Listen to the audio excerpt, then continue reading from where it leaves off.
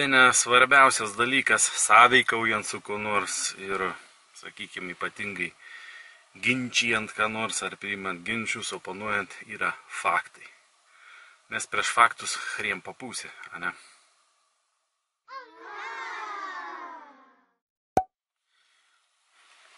Nu tai susikaupė nemažai faktų, ypač vakarykštės dienos, chronometrijos skaičiavimo 24 sausio 4 dienos eigoje. Tai gal eilės tvarka ir pradėsiu, nu gal ne visai eilės tvarka, bet nuo artimiausiai iki tolimiausiai. Tai pirmasis faktas,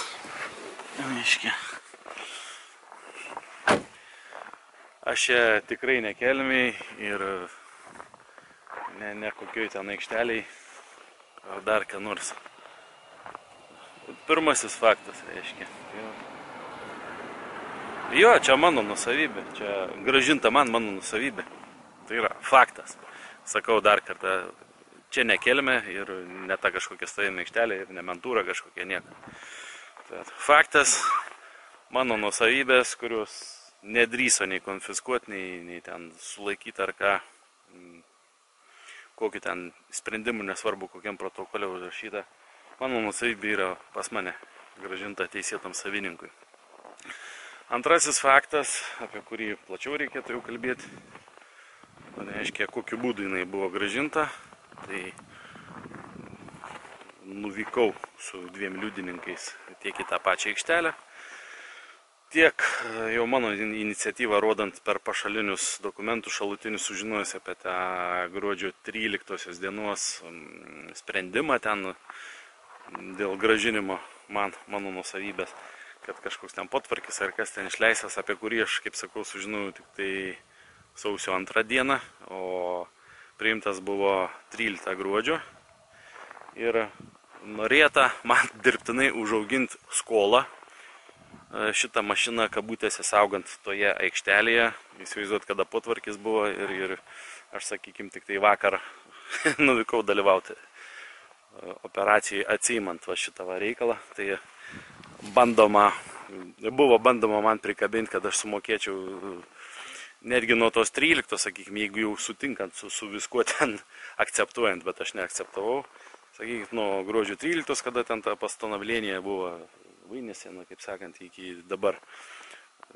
Nes aš iš to UAB jokių paslaugų neužsakiau, iš mentūros jokių paslaugų neužsakiau, jokių sutarčių su jais neturiu.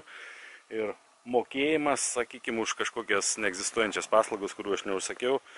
Ir jeigu koks grasinimas, kad jeigu tu ten nesumokėsi, bus netiduota mašina ir visa kita, buvo kvalifikuotas ir traktuotinas kaip turto prievartavimas stambiu mastu, savivaldžiavimas, valiavimas ir dar krūva ten baudžiako straipsnių. Tai va čia toks antras faktas.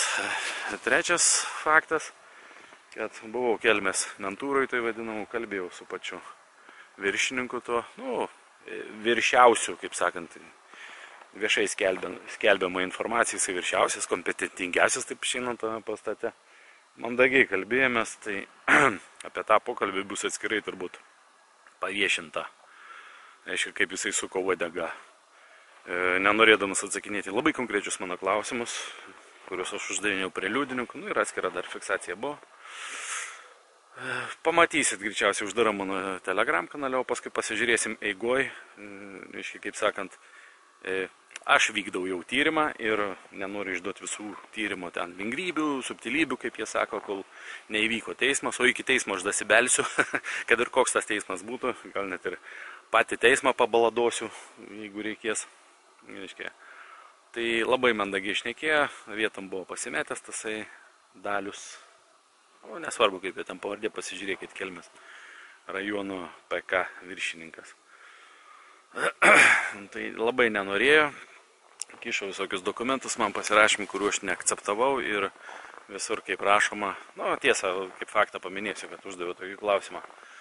Jis patenkintas pasiėmė lapo kopiją, ant kurios aš neva tai pasirašiau, ant kurios ten ir užrašyta vyko aktis ir paklausė, ir žinot, ką tas vyko aktis reiškia, kad čia taip džiaugiatės, tik jos įsilavinimo užtenka, tai užteko to klausimą, kad pamatyčiau kažkokį nenatūralią tokią reakciją.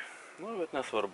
Tai vat, šiai minutė, šiai dienai tų faktų gal ir pakaks. Apie kitus faktus pranešiu sekančiuose vaizdainiuose.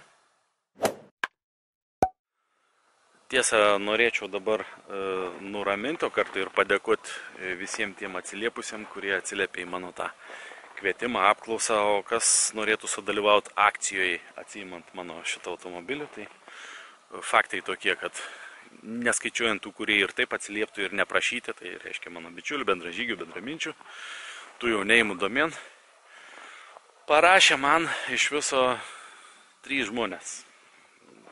Nu, čia ar tik 3, ar net 3, čia jau palieku jums vertinti. Vat, atsiliepia 3 žmonės į tai, tokie, nu, nepažįstami, kurie geranoriškai išreiškė viltį ten, sakykime, sudalyvauti. Netgi vienam dėkingas iš Panevėžio beras, kuris pasiūlė, kad galėtų netgi gyvą transliaciją padaryti, tą snukiaknygį ir visą kitą. Dėkoju tau tikrai ten už visą tą, bet kadangi vakar planas buvo vykt, nu, kaip sakant, išsiaiškinti, kasgi atsitiko Mariui, mes jau su vienu draugu, nu, tokia komanda ant smūgio, vykome į Šiaulius, žiūrėti, kur ten tą Marių laiko, kas ten įpaėmė, kokiu pagrindu, kas su juo ruošiamasi daryti toliau. Tai nuvykus iki Kelmės, pas Marius paskambino ir pasakė, nu, aš supratau, kad jis jau laisvas, nes į telefonas jau rankai. Sako, mes važiuojam pas tave, sakom, ten Šiaulius, tai nereikia, sako, aš jau namuose. Nu, tai vat, čia dar vienas toks faktas.